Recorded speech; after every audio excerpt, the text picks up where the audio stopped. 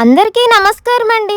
ప్రకృతి ఒడిలో సెలయేరు మధ్యలో వెలిసిన శ్రీ శ్రీ శ్రీ గొబ్బల మంగమ్మ తల్లి ఆలయం మన ఆంధ్రప్రదేశ్ ఏలూరు జిల్లా బుట్టాయిగూడెం మండలంలో దట్టమైన అడవి ప్రాంతంలో ఉందని మీలో ఎంతమందికి తెలుసో కామెంట్ సెక్షన్లో కామెంట్ చేయండి.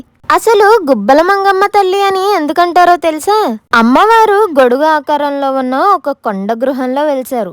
ఈ గృహ పైభాగంలో గుబ్బలు గుబ్బలుగా ఉండడం వల్ల అమ్మవారికి గుబ్బల మంగమ్మ తల్లి అని పేరు వచ్చిందండి.